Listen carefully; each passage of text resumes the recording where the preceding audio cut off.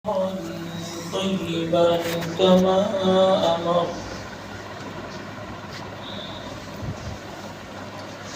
ونشهد أن لا إله إلا الله وحده لا شريك له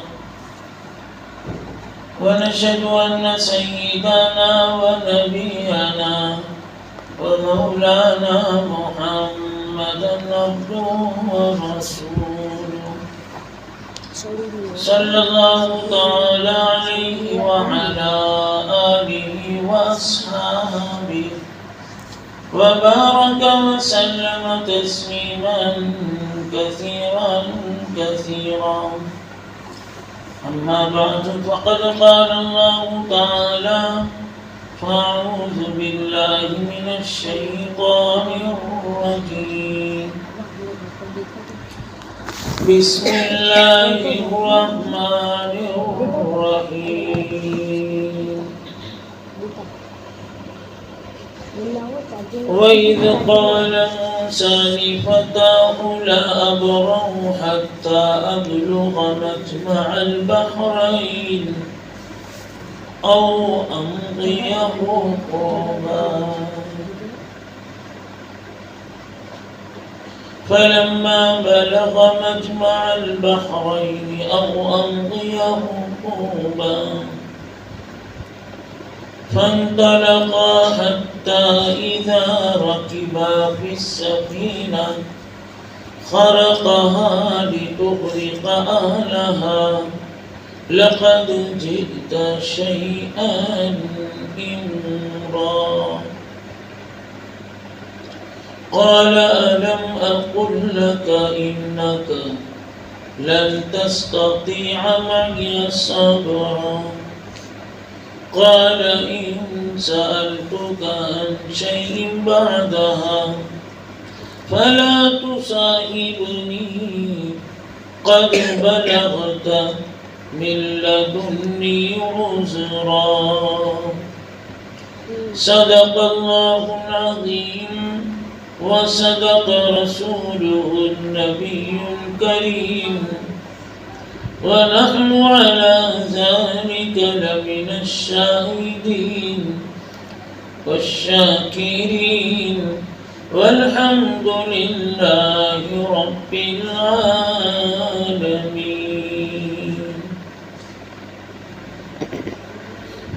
میرے محترم بھائیوں دوستوں بزرگوں، آج بھی سورۃ الکہف کی تلاوت کی گئی. سورۃ الکہف یہ 15ویں سپارے میں ہے. اللہ تعالیٰ نے اس میں عجیب عجیب مضامین بیان فرمائے ہیں. اس سے پہلے اصحاب کہف کا قصہ سنایا، جو 10 نیک بندے اولیاء اللہ تھے. اللہ تعالیٰ نے کیسے ان کی حفاظت فرمائی اور پھر لوگوں کے لیے وہ عبرت کا سامان بنے. تو پھر اللہ تعالیٰ نے ان کے اس زندگی کے ذریعے سے کتنے لوگوں کو اللہ تعالیٰ نے ہدایت عطا فرمائی. وہ نوجوان تھے. نحن نقص علیک نبأهم بالحق انہم فتیۃ آمنوا بربہم وزدناہم ہدی. اللہ فرماتے کہ وہ نوجوان تھے. اس سے یہ پتہ چلا کہ اصل جوانی میں ولایت کا مقام حاصل کرنا چاہیے. ولایت یعنی اللہ کا نیک بننا ہے، اللہ کا ولی بننا ہے. تو یہ جوانی کا بہترین موقع لیتا ہے. آدمی سوچتا ہے کہ ابھی تو ہم جوان ہیں، جوانی میں کیا عبادت کریں، جوانی میں ہم کیا بندگی کریں. آدمی یوں سوچ کر اس طریقے سے اپنی جوانی میں عبادت نہیں کرتا، بندگی نہیں کرتا، اللہ اللہ نہیں کرتا. ولی اللہ بننے کے لیے ایک ہے تقوی، اللہ کا ڈر اپنے دل کے اندر پیدا کرنا، خوف الہی پیدا کرنا، تقوی اور طہارت پاکیزگی کی ساتھ زندگی گزارنا، اکل حلال یعنی حلال روزی تلاش کرنا، حرام مال سے بچنا، یہ سب ولایت حاصل کرنے کے مقامات ہیں۔ اور یہ رمضان مبارک کے مہینے میں اللہ تعالیٰ اپنے بندوں پر جذب کرتے ہیں کہ اللہ تعالیٰ اپنے بندوں کو ان کے اوپر اللہ تعالیٰ نظر کرم ڈالتے ہیں، اور پھر اللہ تعالیٰ اپنے بندوں کو ولایت نصیب فرماتے ہیں۔ تو یہ اصحاب کہف میں ایک تو اصحاب کہف کا قصہ، دوسرا ذوالقرنین کا قصہ ہے۔ ذوالقرنین ایک بادشاہ گزرا ہے جس نے پوری دنیا کی بادشاہت کی۔ ایسے پوری دنیا کی بادشاہت کرنے والے بہت سے اس طریقے سے بادشاہ گزرے ہیں، اس میں ذوالقرنین ایک بادشاہ گزرا ہے جس نے پوری دنیا کی بادشاہت کی۔ ذوالقرنین کے زمانے میں یاجوج ماجوج ظاہر ہو گئے تھے۔ قیامت آنے سے پہلے پہلے یاجوج ماجوج آئیں گے، جن کا ذکر اللہ تعالیٰ قرآن مجید میں فرماتے ہیں ان یأجوج ومأجوج مفسدون فی الارض، کہ یاجوج ماجوج قیامت آنے سے پہلے پہلے فساد مچائیں گے، فساد پھیلائیں گے۔ یاجوج ماجوج یہ اس زمانے میں ظاہر ہو گئے تھے۔ ان کی نشانی علامت یہ بتلائی کہ یہ لوگ چرندوں کی طرح سے، یہ لوگ پرندوں کی طرح سے، جیسے چرند ہوتے پرند ہوتے، ٹڈی کی طرح، اور یہ کھیتوں میں اس زمانے میں یہ کھیتوں میں گھس جاتے تھے۔ جس کے کھیت میں گھس جاتے تھے اس کے کھیت کو تباہ و برباد کر دیا کرتے تھے۔ ہاں بھائی بچوں آ جاؤ، آگے آ جاؤ، آ جاؤ، تم بھی آ جاؤ، آ جاؤ، بیٹھو۔ بہت اچھے بچے ماشاءاللہ، دیکھو ماننے والے بچے، کل بھی پورا آخر تک بیان سنا ماشاءاللہ۔ بہت اچھے بچے کہ پورا بیان سنتے ہیں۔ اللہ تعالیٰ ان کی عمروں میں برکت عطا فرمائے۔ آ جاؤ قریب، یہاں تو اس کو اپنے سامنے۔ تو یاجوج ماجوج وہ فساد مچاتے تھے، تو اللہ تعالیٰ نے یہ ذوالقرنین بادشاہ کے دل میں یہ بات ڈالی، تو انہوں نے دیوار شیشے کی بنوائی، بہت مضبوط دیوار بنائی۔ غالباً یہ بھی آتا ہے کہ چین کا ایک بہت بڑا دیوار ہے، سب سے بڑی عمارت اور سب سے بڑی جو دیوار ہے اس زمانے میں وہ چین کے اندر ہے۔ تو چین کے اندر اس طریقے سے بہت بڑے دیوار ہے، اسی شکل کا انہوں نے ذوالقرنین بادشاہ نے بنوایا، اس میں یاجوج ماجوج کو بند کرنا تھا۔ یاجوج ماجوج ابھی بھی وہ بند ہے اس طریقے سے، وہ لوگ دیوار کو چاٹتے رہتے ہیں اپنی زبان سے، وہ دیوار اس طریقے سے پتلا ہو جاتا ہے۔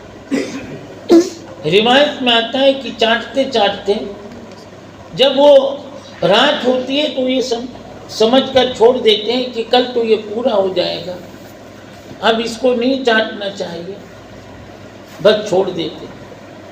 یہ بھی روایت میں ہے کہ جس دن یہ لوگ مضبوطی کے ساتھ اس طریقے سے جب جائیں گے کہ نہیں ہمیں آج چاٹ کے رہنا ہے، یہ دیوار کو توڑ کے رہنا ہے، وہ اللہ کی طرف سے ہوگا، تو پھر وہ لوگ دیوار میں سے نکل کے آ جائیں گے۔ جب دیوار میں سے نکل کے آ جائیں گے تو سمجھ لو قیامت آ جائے گی۔ جیسے دیوار میں سے نکل کر آئیں گے تو سمجھ لو کہ قیامت آ جائے گی۔ تو یاجوج ماجوج یہ اس طریقے سے قیامت سے پہلے ظاہر ہونے والے ہیں۔ جیسا کہ میں نے کل کانا دجال کے بارے میں بتایا تھا کہ قیامت آنے سے پہلے کانا دجال ظاہر ہوگا، میں نے اس کی علامتیں سب اس طریقے سے تفصیل کے ساتھ بتایا تھا۔ اب سورہ کہف میں 3 قصہ ہیں، ایک ذوالقرنین کا اور ایک اصحاب کہف کا اور ایک حضرت موسیٰ علیہ السلام اور خضر علیہ السلام کا قصہ قرآن مجید میں۔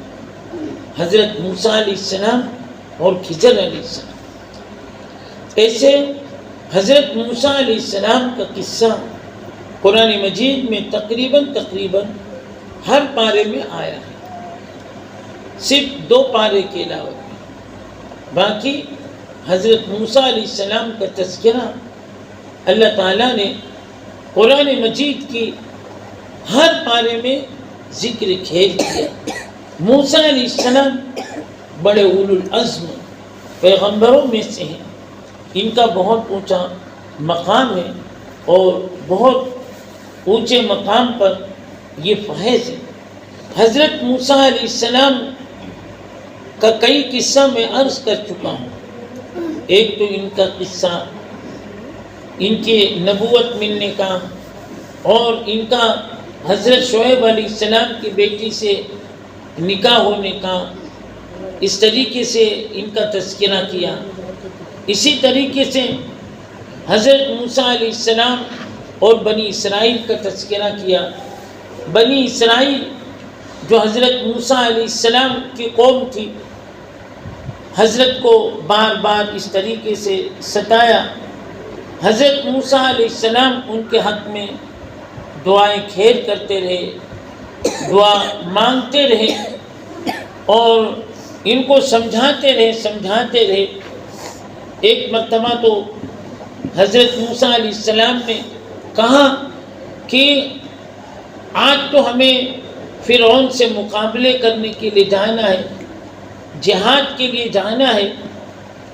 اس طریقے سے علی اعلان دعوت دی تو ان کے قوم نے منع کر دیا۔ ان کی قوم نے یہ کہا کہ ہم تو نہیں جائیں گے، فقاتلا ہؤلاء ربنا انا لقاعدون، کہ اگر تم کو اس طریقے سے لڑنا ہے، جہاد کرنا ہے، تو تم اور تمہارا رب وہ چلے جائیں اور جہاد کر لیں۔ جب یہ آیت پر صحابہ کرام رضوان اللہ تعالیٰ علیہ مجمعین پہنچے، ایک صحابی ہیں حضرت مقداد ابن اسود، وہ آپ صلی اللہ علیہ وسلم کو فرماتے ہیں کہ اللہ کے پیغمبر، ان لوگوں نے اس طریقے سے جواب دیا تھا کہ تم اور تمہارا رب جا کے قتل و قتال کر لے، لڑائی کر لے۔ اگر ہم ہوتے، بلکہ ہم ہیں، ہم ایسا نہیں ہے۔ خاص طور سے بدر کے موقع پر فرمایا کہ یا نبی اللہ، ہم ایسے نہیں ہیں، بلکہ ہم آپ کے ساتھ جمے رہیں گے، ہم لڑیں گے اور ایک دوسرے کو قتل و قتال بھی کریں گے۔ چنانچہ صحابہ کرام رضوان اللہ تعالیٰ علیہ مجمعین اس طریقے سے جمے رہے اور ہر جنگ پر اور ہر محاذ پر صحابہ کرام رضوان اللہ تعالیٰ علیہ مجمعین نے نہ اسے بٹھا دیا، نہ اپنا مال کی پرواہ کی، نہ اپنے جان کی پرواہ کی۔ تم دونوں بھی آگے آ جاؤ، بڑے ہو، آ جاؤ آگے۔ تم کو دیکھ کے سب آؤ ماشاءاللہ کتنے نیک بچے ہیں، بہت اچھے۔ تم کو دیکھ کر یہ سب عبرت حاصل کریں گے انشاءاللہ۔ تو اس طریقے سے یہ تفسیر کا سلسلہ چلنا ہے. اب تیسرا جو ہے قصہ حضرت موسیٰ علیہ السلام اور خضر علیہ السلام. خضر علیہ السلام اللہ تعالیٰ نے ان کو اپنا ولی بنایا ہے، نیک بندہ بنایا ہے. لوگ اکثر دعا دیتے ہیں کہ اللہ تعالیٰ تمہیں خضر جیسی عمر عطا فرمائے. حضرت خضر علیہ السلام روایت میں آتا ہے کہ ابھی بھی زندہ ہے. حضرت خضر علیہ السلام نے آب حیات کا پانی پیا تھا، ابھی بھی یہ زندہ ہے. اور موسیٰ علیہ السلام کے زمانے کے کچھ لوگ اشکال کرتے ہیں کہ یہ نہیں زندہ ہے، لیکن حضرت مجدد الفسانی رحمۃ اللہ علیہ نے اپنی مکاشفہ میں اہل اللہ جو صاحب کشف و بزرگ ہوتے ہیں وہ اپنی مکاشفہ میں لکھتے ہیں کہ حضرت خضر علیہ السلام سے میری ملاقات ہوئی. میں نے ان سے سوال کیا کہ اس طریقے سے، تو کہنے لگے کہ ہاں میں زندہ ہوں اور میں زندہ رہوں گا، لیکن لوگوں کی نگاہوں میں اوجھل. خضر علیہ السلام کا کام یہ ہے کہ جو لوگ راستے سے بھٹک جاتے ہیں، نہیں ابھی بیٹھو صبر کر، جو لوگ راستے سے بھٹک جاتے ہیں خضر علیہ السلام ان کو راستہ بتاتے ہیں. بلکہ بعض اللہ والے جماعتوں میں بھی خضر علیہ السلام کو دیکھا. کیسے دیکھا خضر علیہ السلام کو؟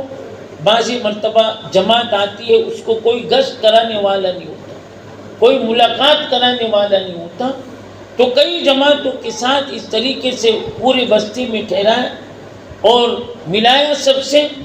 بعد میں پتہ چلا کہ یہ تو حضرت خضر علیہ السلام.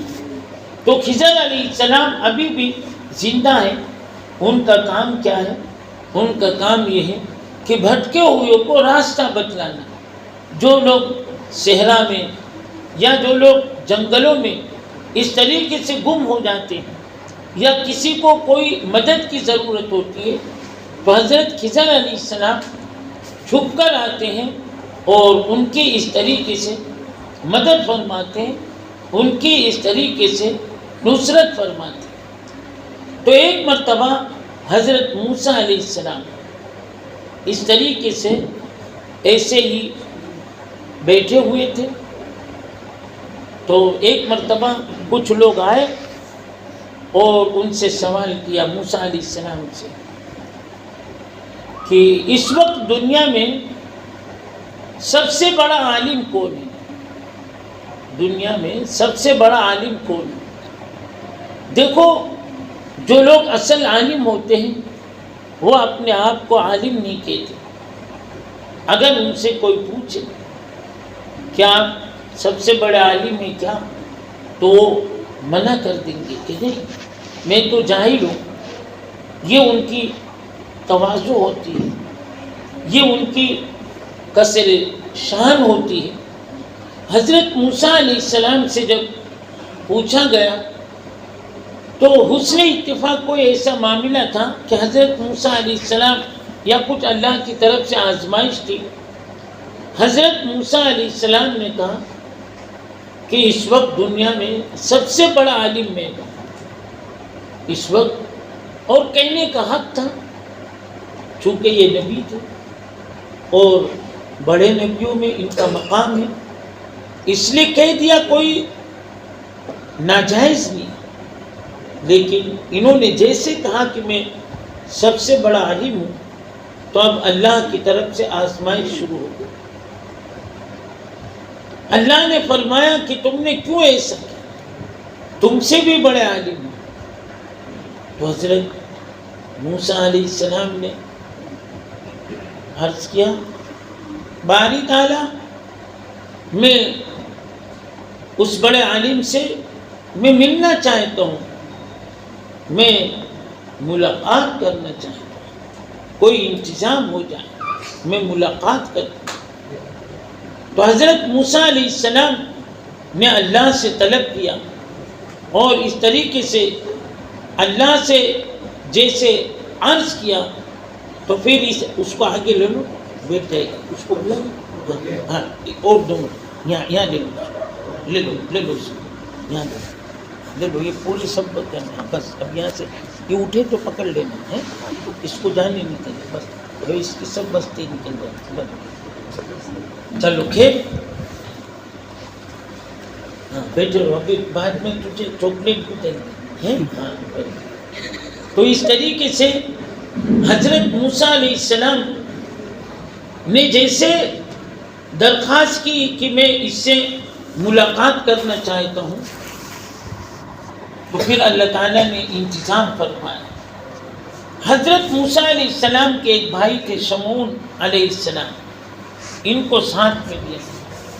اللہ تعالیٰ نے فرمایا وَإِذْ قَالَ مُوسَىٰ لِفَتَاهُ،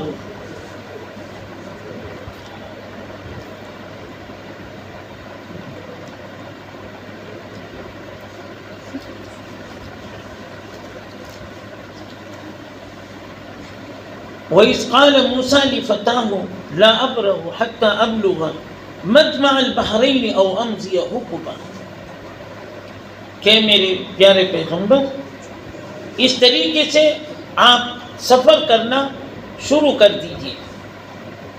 حضرت موسیٰ علیہ السلام شمعون علیہ السلام کے ساتھ سفر کرنا اس طریقے سے شروع کر دیا۔ اللہ تعالیٰ نے فرمایا مجمع البحرین او امضی حقبا، کہ جب آپ مجمع البحرین پر پہنچے، مجمع البحرین دو دریا، دیکھو اللہ تعالیٰ نے قرآن مجید میں پہلے سے ذکر کر دیا مجمع البحرین، یہ اللہ کی قدرت کی ایک نشانی ہوتی ہے، یہ اللہ کی قدرت کی ایک علامت ہوتی ہے کہ آپ نے دیکھا ہوگا اس طریقے سے مدراس وغیرہ میں، کینیڈا وغیرہ میں دریا رہتی ہے اور ایسا سنگم رہتا ہے کہ ایک طرف دریا کا میٹھا پانی ہوتا ہے اور ایک طرف دریا کا اس طریقے سے کھارا پانی ہوتا ہے۔ ہاں آ جاؤ بھائی، ادھر آ جاؤ، مل کے بیٹھ جاؤ، تم باقی اور سب کو لے لو، ہاں آ جاؤ، سب مل کے بیٹھو، جگہ نہیں خالی کرو، یہاں آ جاؤ۔ تو مجمع البحرین اس کو کہا جاتا ہے کہ آدھا میٹھا پانی اور آدھا کھارا پانی، یہ اللہ کی قدرت کی نشانی، بلکہ اللہ کا کیسا انتظام رہتا ہے کہ وہ مچھلی ادھر نہیں آئے گی، یہ مچھلی ادھر نہیں جائے گی، یہ اللہ کا نظام ہوتا ہے۔ تو اللہ تعالیٰ نے فرمایا کہ دیکھو ایک مچھلی لے لو، مچھلی جمبیل لے لو، مچھلی، اور دونوں بھائی اس طریقے سے نکل جاؤ۔ حضرت موسیٰ علیہ السلام اور شمعون علیہ السلام اس طریقے سے مچھلی توشا، جیسے جب آدمی کہیں سفر میں جاتا ہے تو اس طریقے سے توشا لیتا ہے، سفر کرنا تھا تو انہوں نے توشا لے لیا اور پھر چلنا شروع کر دیا۔ اللہ تعالیٰ نے یہ ارشاد فرمایا تھا کہ جہاں پر مچھلی تمہاری گم ہو جائے تو وہیں پر تلاش کرنا، وہ میرے جو پیارے جو ولی ہیں وہ وہیں پر آپ کو ملیں گے، میرے ولی وہ اس طریقے سے وہیں پر آپ کو ملیں گے۔ چنانچہ وہاں پر موسیٰ علیہ السلام اور شمعون علیہ السلام آپس میں دونوں نے کھانا کھایا، کھانا کھانے کے بعد سو گئے۔ ظاہر سی بات ہے کہ جب آدمی کھانا کھا لیتا ہے تو نیند آ جاتی۔ دیکھو میری طرف دیکھو، تم ادھر کیوں دیکھو، مجھے دیکھو، نہیں جانتے، سب بیٹھے رہو، پھر نہیں بلائیں گے، میں پہچانتا ہوں سب کو، ایک ایک کو پہچانتا ہوں۔ ہاں میرے ایک دم آنکھوں سے آنکھیں ملا کر دیکھو، میں کیسے بات کروں، سمجھے؟ میں بھی تھکا ہوا ہوں، پھر بھی ایک دوسرے کو میں دیکھ کے بات، تم تو آرام سے آئے، میری آنکھیں بھی تھک چکی ہیں، پھر بھی میں تم کو دیکھ رہا ہوں، تو ہمیں دیکھو، ادھر ادھر نظر ڈالو گے تو بات سمجھ میں نہیں آئے گی۔ پھر دوسری طرف سب ایک دوسرے دوستوں کا سب کی نظر میرے آنکھ میں آنکھیں ڈال کر میرے اس طریقے سے سنو تو پھر سمجھ میں آئے گی انشاءاللہ، تم کو اللہ قرآن سمجھائیں گے۔ دیکھو یہ قرآن کی بات ہو، کوئی معمولی بات نہیں۔ ہم نے قرآن سمجھنے کے لیے 10 سال مدرسوں میں نکالی، استادوں کے سامنے بیٹھے ہیں، استادوں کی مار کھائی ہے، رٹے ہیں زمینے میں گردانے. جیسے تم لوگ انگلش سیکھنے کے لیے اس کی اسپیلنگ سب سیکھتے ہو، رٹتے ہو، تب جا کر انگلش کی تعلیم تمہیں آتی ہے، تب جا کر تم انگلش بولنے والے بنتے ہو. اس کے پیچھے تمہارے ماں باپ محنت کرواتے ہیں بچپن سے، تب جا کر تم کو انگلش آتی ہے اور تم انگلش میں بولتے ہو. اسی طریقے سے ہم نے بھی عربی زبان سیکھی بڑی محنت کے ساتھ، تو تمہارے سامنے یہ عرض کر رہے ہیں، اس لیے غور سے سنو. حضرت موسیٰ علیہ السلام اور شمعون علیہ السلام کھانا کھائے اور پھر اس طریقے سے سو گئے. تو جو مچھلی ان کی تھی تو وہیں پر گم ہو گئی. جب یہ سو کر بیدار ہوئے تب وہ مچھلی نہیں مل گئی. تو پھر جو اللہ نے اشارہ کیا تھا کہ دیکھو جہاں مچھلی گم ہو جائے گی وہیں پر وہ میرے ولی تم کو نظر آئیں گے، میرے نیک بندے تم کو وہیں نظر آئیں گے. اب انہوں نے تلاش کیا، تلاش کرتے کرتے وہ نیک بندے نظر آئے. وہ نیک بندے جن کو خضر علیہ السلام کہا جاتا ہے، خضر علیہ السلام اس طریقے سے نظر آ گئے. حضرت موسیٰ علیہ السلام کو نشانیاں اللہ تعالیٰ نے بتا دیا تھا، تو حضرت موسیٰ علیہ السلام ملاقات کرنے کے لیے جاتے اور خضر علیہ السلام پوچھتے ہیں، یہ جلال والے تھے، ایک تو موسیٰ علیہ السلام بھی جلالی اور خضر علیہ السلام وہ بھی جلالی. حضرت موسیٰ علیہ السلام نے جب سلام کیا تو انہوں نے پوچھا کہاں سے آئے ہو؟ تو پورا اپنا بستی کا نام بتایا، مدین سے میں آیا. تمہارا کیا نام ہے؟ خضر علیہ السلام پوچھ رہے تمہارا کیا نام؟ کہ میرا نام موسیٰ ہے. کون سے موسیٰ؟ وہ موسیٰ شمعون والے موسیٰ، کوہ طور والے؟ ہاں ہاں میں وہی موسیٰ ہوں. پھر بات چیت کرتے گئے.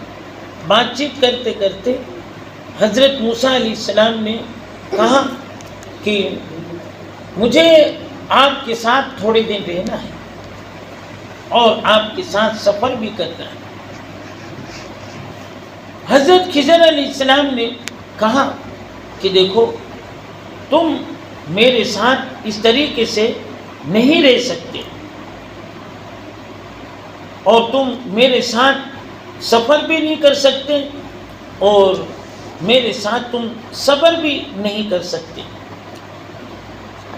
حضرت موسیٰ علیہ السلام کہنے لگے کہ نہیں بار الہ، اللہ سے متوجہ ہوئے کہ مجھے ان کے ساتھ سفر کرنے کی توفیق دے دے تاکہ میں ان کے ساتھ اس طریقے سے سفر کروں. تو حضرت موسیٰ علیہ السلام نے اس طریقے سے ان سے اجازت لے لیا اور سفر کا یہ سلسلہ شروع ہوا. دیکھو سفر سے علم بڑھتا ہے. جو آدمی سفر کرتا ہے اللہ تعالیٰ اس کے علم میں بڑھوتری عطا فرماتے. دیکھو عالم لوگ ہوتے ہیں، علماء، یہ مدرسوں میں وقت لگاتے ہیں لیکن پھر بھی جماعتوں میں جاتے ہیں. ہمارا تجربہ کہ آدمی جب سفر کرتا ہے، دینی لائن سے سفر کرتا ہے، تو اللہ تعالیٰ علم کو اس کے ذہن پر، اس کے دل دماغ پر اللہ تعالیٰ اس طریقے سے کھول دیتے. دیکھو ہم لوگ جب قرآن کا ترجمہ کرتے ہیں، تفسیر کرتے ہیں، تو لوگ کوئی پیچھے سے کہتا ہے کہ یہ تو اس طریقے سے تفسیر کرتے ہیں گویا قرآن ان کے سامنے ہے یا ان کو قرآن پورا یاد ہے. جو بھی تفسیر کرتے ہیں، جو بھی قرآن کا ترجمہ کرتے ہیں، لوگ ایسا سمجھتے ہیں تو وہ سب اللہ کی طرف سے، ورنہ ہم جیسوں کی مجال کیا کہ قرآن کا ترجمہ کر سکے. ہم جیسوں کا مجال کیا ہے کہ قرآن کی تفسیر کر سکے. ہم جیسوں کا مجال کیا ہے کہ قرآن کے اوپر بیان کر سکے. یہ تو اللہ کی مدد ہوتی ہے، یہ تو اللہ کی نصرت شامل حال ہوتی ہے. تو ہم جیسے بھی اس طریقے سے قرآن کی آیتوں کا ترجمہ کر دیتے ہیں، قرآن کی آیتوں کا تفسیر کر دیتے ہیں. اگر اللہ کی مدد شامل حال نہ ہو تو قرآن کے بارے میں ہم ایک لفظ بھی اس طریقے سے نہیں بول سکتے. تو حضرت موسیٰ علیہ السلام اور خضر علیہ السلام کا یہ ساتھ میں سفر کا سلسلہ شروع ہو گیا. چلتے چلتے بیچ میں کچھ آپس میں جلال کی باتیں ہو جاتی تھی. حضرت موسیٰ علیہ السلام اور خضر علیہ السلام سفر کر رہے تھے. سفر کرتے کرتے حضرت موسیٰ علیہ السلام اور خضر علیہ السلام ایک جگہ ایسے پہنچے فانطلقا حتی اذا رکبا فی السفینۃ خرقها قال اخرقتها لتغرق لقد جئت شیئا امرا قال الم اقل انك لن تستطيع معي صبرا. کہ حضرت موسیٰ علیہ السلام اور خضر علیہ السلام ایک کشتی پہ اس طریقے سے سوار ہوئے, کشتی پر بیٹھے. کشتی یہ ملاح اس کا چلاتا ہے, کشتی کا ملاح چلانا یہ بھی ایک فن ہوتا ہے. کشتی چلانے کا ایک فن ہوتا ہے, تیرنے کا ایک فن ہوتا ہے. ہمارے نبی صلی اللہ علیہ وسلم نے کشتی بھی چلائی اور اس طریقے سے آپ نے تیرا بھی ہے, اور تیرنے کو امت کو آپ نے تعلیم دی. ایک مرتبہ ایک ملاح کشتی چلا رہا تھا اور اس پہ چند نوجوان بیٹھے تھے. اتنے میں ہچکولے کھانے لگے. اب کشتی اب ڈوبے تب ڈوبے, اب ڈوبے تب ڈوبے.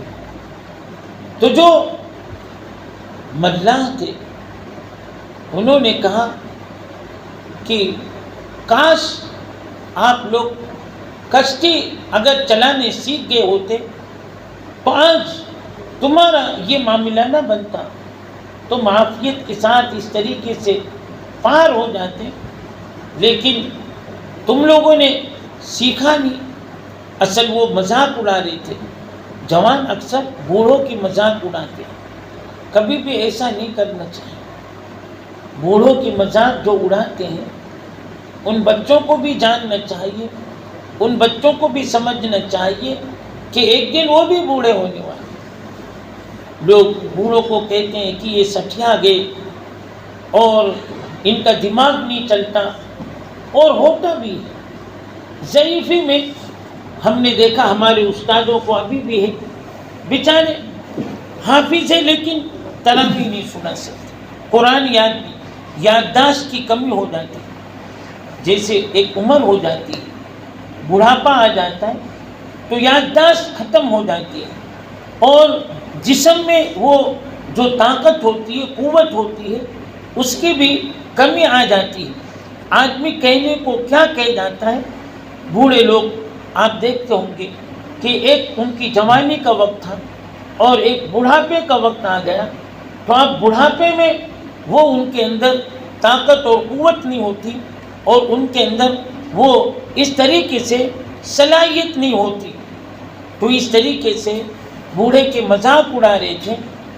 تو ان بوڑھے جو ملاح تھے کشتی کے چلانے والے, کہا کہ دیکھو تم لوگ میرا مذاق اڑا رہے تھے, کہہ رہے تھے تم نے انگریزی نہیں سیکھا, تعلیم نہیں سیکھا, اب بتاؤ اب تو تمہاری زندگی خطرے میں آ گئی. میں نے تو یہ سیکھا, تیرنا سیکھا, میں تو اپنی زندگی کا بتا لوں گا, تم کیا کر سکو گے.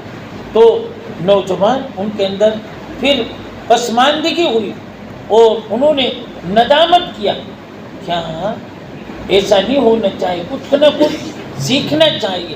تو حضرت موسیٰ علیہ السلام اور خضر علیہ السلام کا سفر کشتی کا یہ چاروں اور ساری تھا. اتنے میں حضرت خضر علیہ السلام نے اس کشتی میں سوراخ کر دیا. اب یہ لوگ کہنے لگے کہ یہ کیا بات, اب کشتی ڈوبنے کے قریب ہو گئی. موسیٰ علیہ السلام کو صبر نہیں ہوا. حضرت موسیٰ علیہ السلام کہنے لگے کہ یہ کشتی اچھی چل رہی تھی, بھری چل رہی تھی, اور کشتی والوں نے پیسے بھی نہیں دیے. اپنوں سے کشتی والوں نے پیسے بھی دیے, اور آپ نے اس میں سوراخ کر دیا، اب لے تب ڈوبے، اور ایسا ہوا بھی، ڈوب بھی گئی۔ اور پھر حضرت موسیٰ علیہ السلام، خضر علیہ السلام اس طریقے سے واپس نکل آئے خیر و عافیت کے ساتھ۔ تو پھر خضر علیہ السلام جلال میں آ گئے کہ میں نے کہا تھا نا، قال الم اقل لك انك لن تستطيع معي صبرا، کہ تم میرے ساتھ نہیں چل سکتے، تم اس طریقے سے صبر نہیں کر سکتے۔ خبردار خبردار، اگر اب دوبارہ میرے اوپر اعتراض کیا تو میں تم کو اپنے ساتھ سے ہٹا دوں گا، نکال دوں گا۔ پھر حضرت موسیٰ علیہ السلام نے پھر معافی مانگی کہ ٹھیک ہے، اب میں صبر کروں گا اور اعتراض نہیں کروں گا۔ ابھی میں صرف قصہ سنا کے آگے بڑھتا ہوں، پھر اس کے جو نکات ہے، اس کے نقطے ہیں کہ خضر علیہ السلام نے یہ کشتی والوں میں کیوں سوراخ کیا، اس کا بعد میں قصہ میں آگے، کیونکہ اس میں کئی واقعات ہیں، یہ ایک صفحہ۔ پھر اس طریقے سے حضرت موسیٰ علیہ السلام اور خضر علیہ السلام اس طریقے سے سفر فرما رہے تھے۔ سفر فرماتے ہوئے فانطلقا حتی اذا لقیا غلاما فقتلا قال اقتلت نفسا زکیۃ بغیر نفس لقد جئت شیئا نکرا۔ حضرت موسیٰ علیہ السلام، خضر علیہ السلام چل رہے تھے تو اس طریقے سے وہاں پر دیکھا کہ لڑکے کھیل رہے، اکثر جیسے آپ لوگ بچے ہیں اس طریقے سے کھیلتے ہیں، بچوں کے اندر شرارت ہوتی ہے۔ ہم لوگ جب بچپن میں پڑھتے تھے تو ہمارے استاد کہا کرتے تھے بچے اگر شرارت نہ کریں تو یہ ولی بنتا ہے، لیکن بچے وہ تو شرارت کرتے ہی کرتے ہیں۔ اسی لیے شیطان سب سے زیادہ طالب علم کے پیچھے پڑا رہتا ہے، سب سے زیادہ شیطان وہ جانتا ہے کہ یہی طالب علم اگر بڑے ہو کر عالم بن جائیں گے تو ان کے ذریعے سے کتنے لوگوں کو ہدایت ملے گی اور کتنے لوگ غلط راستے پر چل جائیں گے۔ اس لیے جیسے ہم لوگوں کی جماعت ہوتی ہے، ایسے ابلیس بھی تخت شاہی پر بیٹھتا ہے، اس کے چیلے چاپے ہوتے ہیں، وہ سب سے آ کے پوچھتا ہے کہ آج تمہاری کیا کارگزاری رہی، آج تمہاری کیا کارگزاری رہی، وہ سب سے پوچھتا ہے۔ تو ابلیس وہ سب کا سردار ہوتا ہے، تو ایک شیطان آ کے وہ کارگزاری سناتا ہے کہ ایک طالب علم تھا، وہ مدرسے پڑھنے کے لیے جا رہا تھا، میں نے اس کو اس مدرسے سے نکال کر میں نے اس کو غلط راہ پر ڈال دیا۔ تو شیطان ابلیسوں کا ابلیس وہ خوش ہو جاتا ہے کہ ہاں تم نے بہت اچھا کام کیا، تم نے بہت اچھا کام کیا، وہ اچھل جاتا ہے۔ ایسے ہی جب میاں بیوی میں کوئی نا اتفاقی ہو جاتی، شیطان کارگزاری سناتا ہے کہ ایک میاں بیوی وہ اچھی زندگی گزار رہے تھے، میں نے اس میں تفرقہ ڈال دیا، میں نے اس میں نا اتفاقی ڈال دی، تو شیطان وہ خوش ہو جاتا ہے کہ ہاں یہ تم نے اچھا کام، یہ تم نے بہت اچھا کام کیا، وہ شاباشی دیتا ہے۔ تو اس طریقے سے بچے کھیل رہے تھے، حضرت خضر علیہ السلام نے ایک بچے کو بس فوراً اٹھا قتل کر دیا۔ دیکھو کون برداشت کر سکتا ہے، یہ نبی ہے، نبی کے سامنے بچے کو قتل کر دیا۔ اب حضرت موسیٰ علیہ السلام غصے میں آ گئے، لیکن صبر کر رہے کہ کیسے، لیکن پھر بھی وعدہ بھی لیا تھا کہ دیکھو تم صبر کرنا، میری بات پر اعتراض نہیں کرنا، لیکن وہ صبر نہیں کر سکتے تھے۔ پھر یہ جانا کہ یہ بچہ، اور پھر اس کو اس طریقے سے قتل کر دیا۔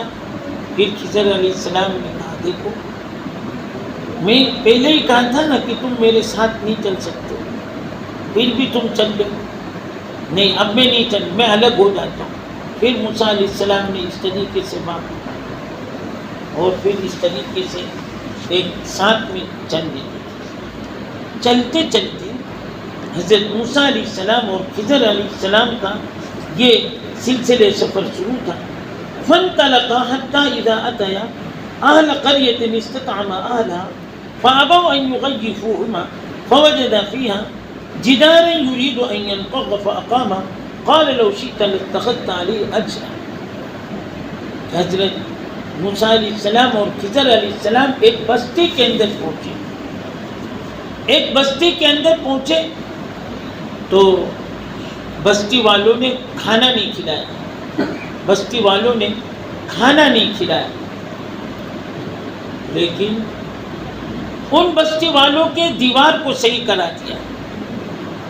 ان کے دیوار کو صحیح. ایک تو بستی والوں نے کھانا بھی نہیں کھلایا، اور پھر ان بستی والوں کے ساتھ احسان پر احسان کا کیا معاملہ کیا کہ ان کے دیوار کو صحیح کر دیا، ان کے گھر کو صحیح کر دیا. یہ بستی والوں کے بارے میں آتا ہے کہ آپ صلی اللہ علیہ وسلم کے زمانے میں یہ بستی والے آئے، اور یہ بستی والے آ کر یوں کہنے لگے کہ یا نبی اللہ، ہماری اس میں توہین کی جا رہی ہے. فَأَبَوْا أَن يُزَيِّفُوهُمَا، کہ یہ بستی والوں نے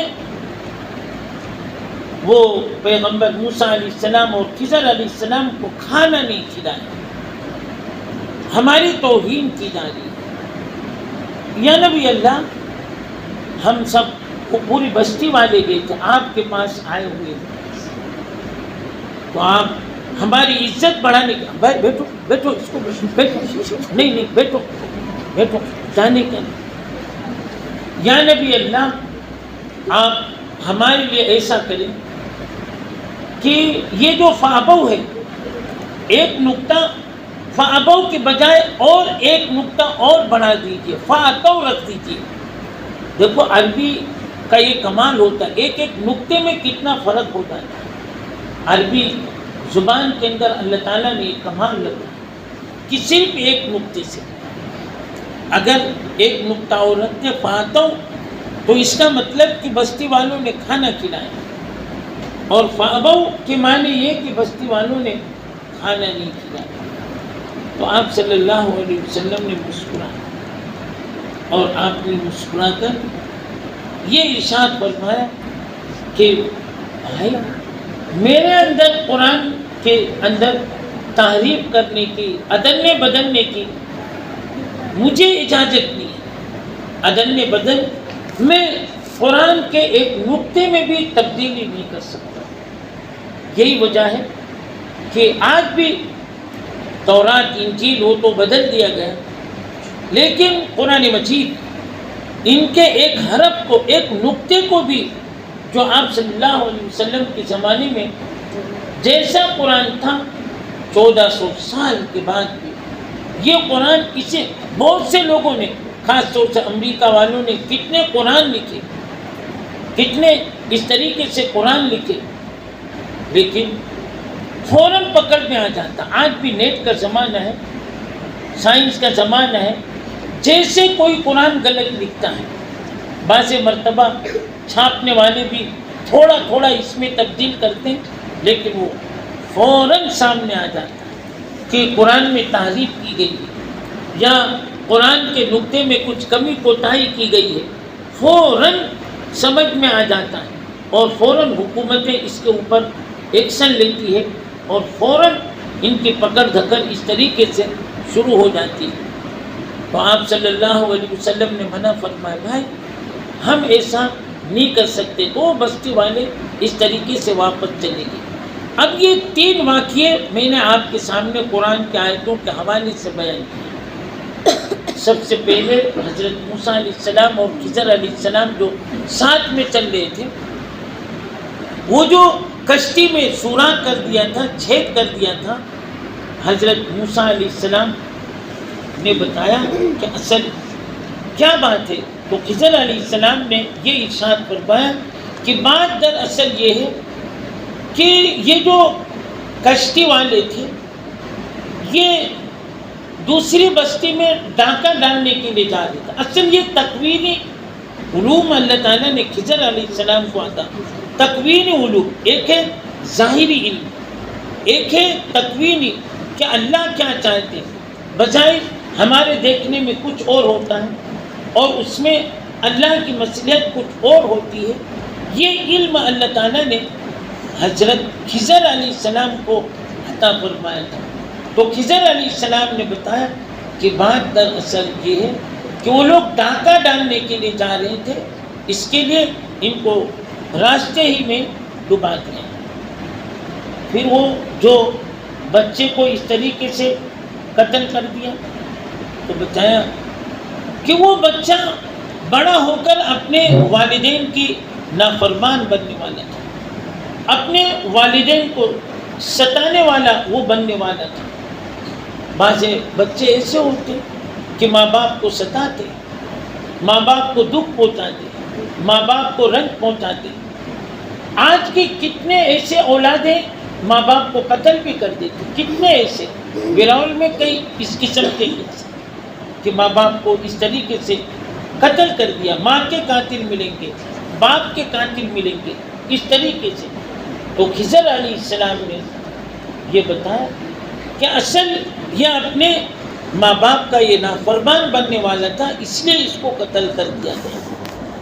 پھر یہ جو تیسرا قصہ ہے، بستی میں گئے اور ان لوگوں نے ساتھ بھی نہیں دیا، پھر بھی دیوار کو صحیح کر دیا، تو اس کے تحت یہ آئے تھے وَقَانَ أَبُوهُمَا صَالِحًا۔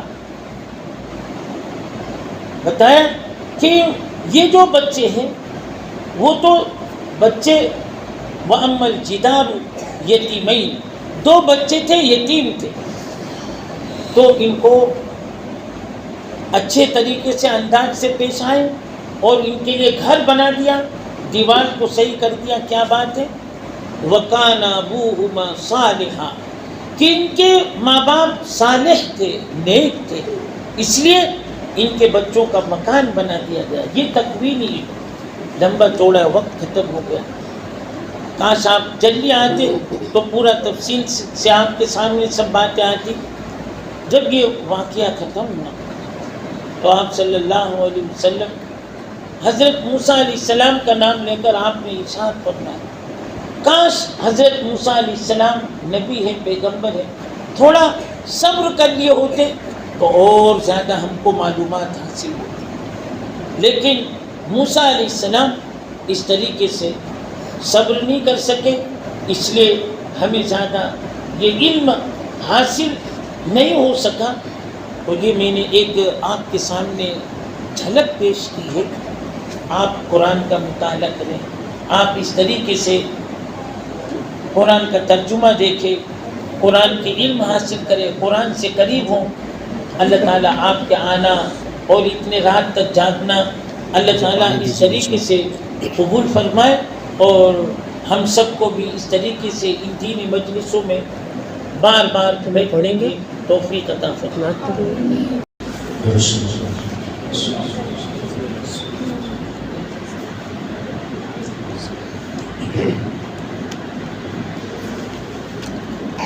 اس نظر میں آپ لوگوں کا ساتھ چاہیے، آپ ساتھ میں پڑھیں گے تو نظر کے اندر نظر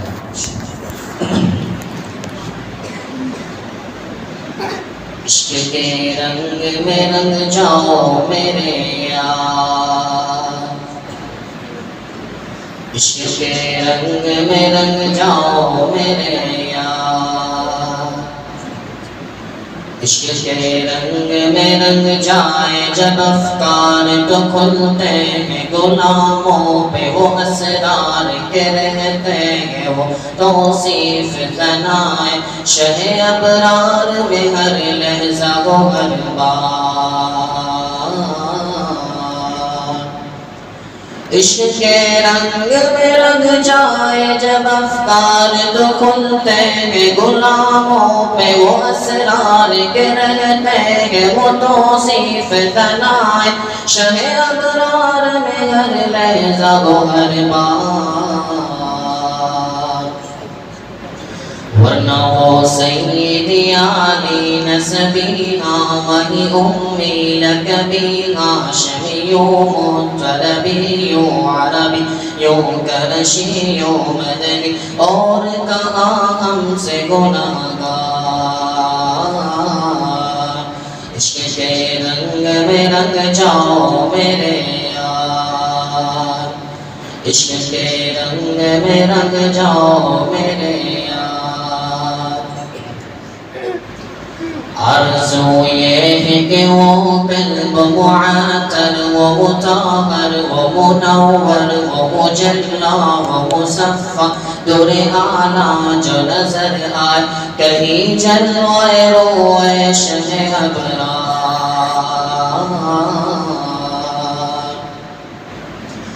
آرزو یہ ہے کہ وہ قلب معطر و مطہر و منور و مجلا و مصفا در اعلیٰ جو نظر آئے کہیں جلوہ روئے شہ ابرار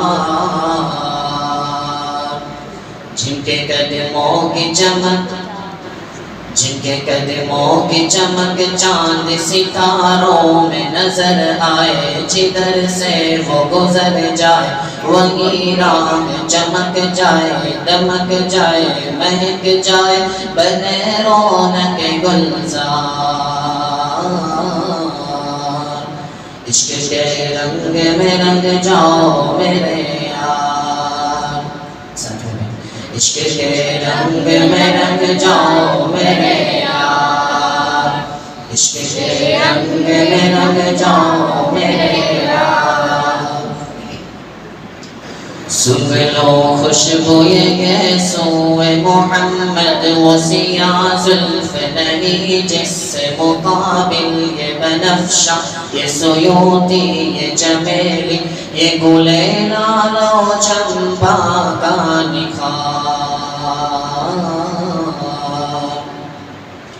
سن لو خوشبو یہ سوئے محمد وہ سیاہ زلف نہیں جس سے مقابل یہ بنفشہ یہ سیوطی یہ چمیلی یہ گل لال و چمپا کا نکھار جن کے نکہت پہ قربان گلوں پر وہ سمن نافع آؤں میں خودن باد چمن بوم چمن ناز چمن نور چمن رنگ چمن سرا چمن زار عشق کے رنگ میں رنگ جاؤ میرے یار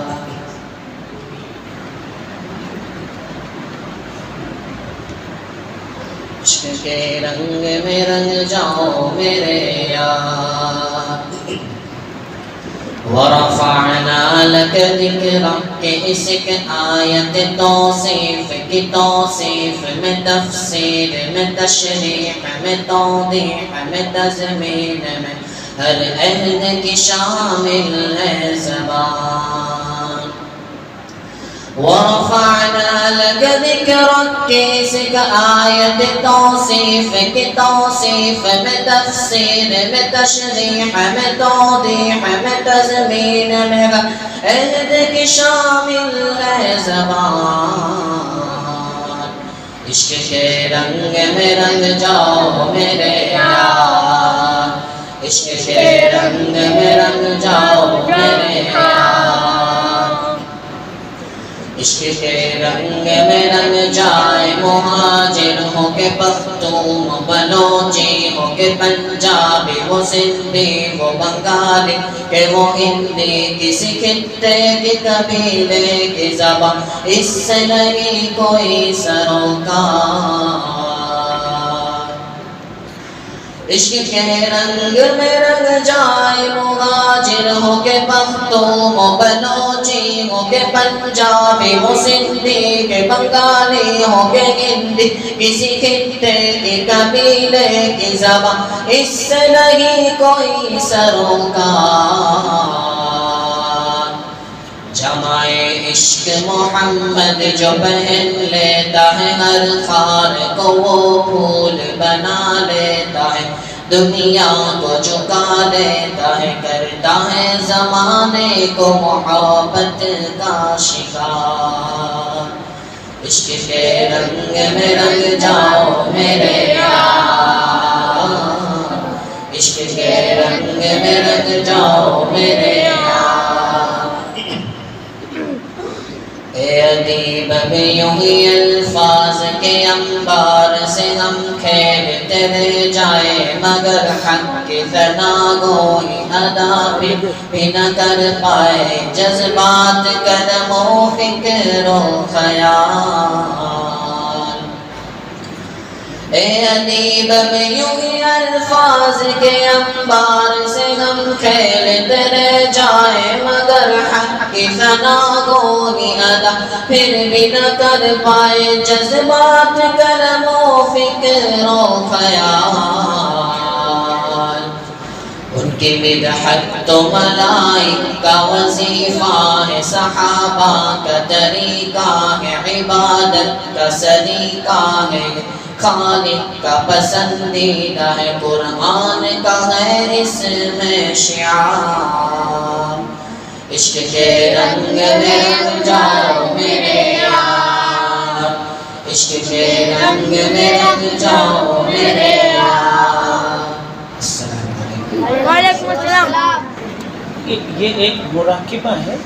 مراقبہ یہ ہے کہ یہ استعزاز کر کے بیٹھے کہ اللہ مجھے دیکھ رہے ہیں اور میں اللہ کو دیکھ رہا ہوں اور میں جو باتیں پیش کر رہا ہوں اللہ میری باتوں کو سن رہے ہیں اور اپنی موت اور آخرت کا اس طریقے سے تصور کرتے ہوئے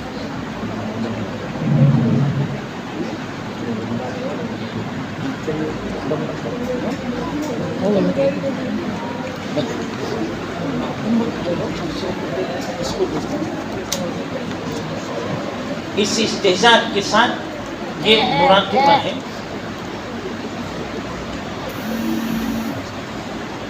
ہے یہ میلہ لگانا 4 دن دیکھ لو اس کا تماشا 4 دن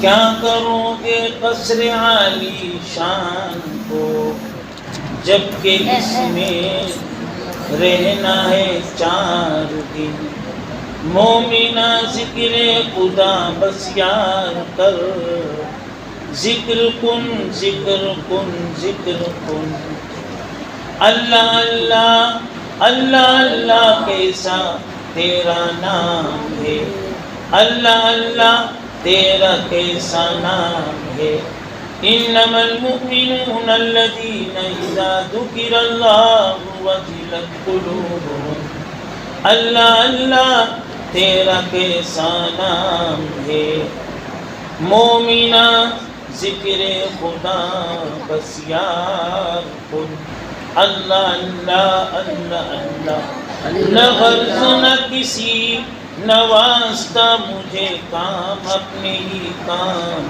سے نہ غرض نہ کسی سے واسطہ مجھے کام اپنے ہی کام سے تیرے ذکر سے تیرے شکر سے تیرے فکر سے تیرے نام سے اللہ اللہ کیسا پیارا نام ہے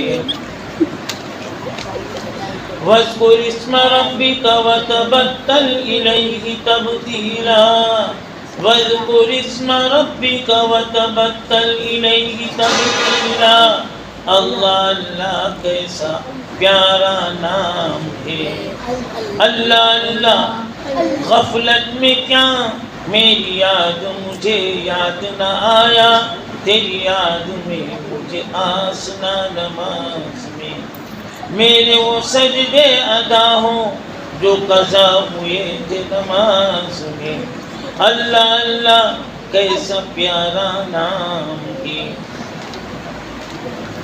یہ اصل اللہ کی طرف متوجہ کرنے کا یہ ایک راستہ تھا کہ ہم اللہ کی طرف اس طریقے سے کیسے متوجہ ہو جائیں. حضرت نے اس طرف سب کو خیال کروایا ہے.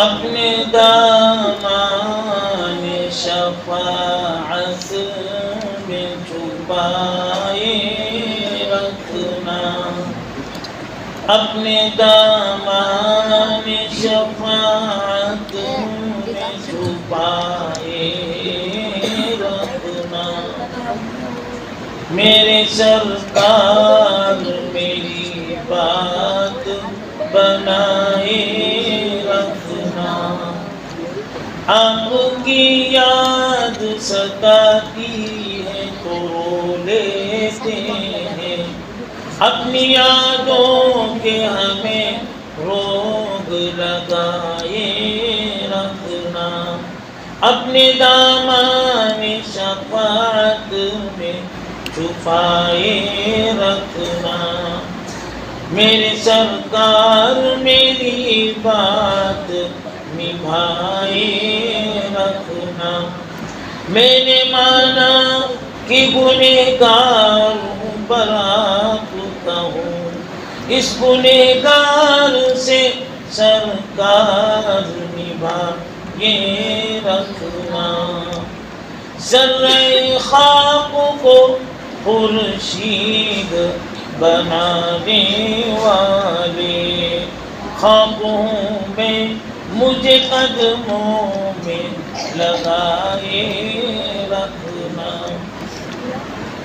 اب اس طریقے سے دعا ہو جاتی ہے، ذکر تو اسی میں آ گیا ہے۔ اللہ تعالیٰ اکثر ہم لوگ کبھی کبھی ذکر کراتے یہ عادت ڈالنے کے لیے کہ اس طریقے سے ذکر فکر کی عادت ہو جائے، اس کے لیے آپ یہ تو اجتماعی طور پر سکھلانے کے لیے، ورنہ آپ تنہائیوں میں تہجد کے وقت یا فجر کی نماز کے بعد اس طریقے سے تنہائیوں میں اللہ کا ذکر کا خاص طور سے اہتمام کریں۔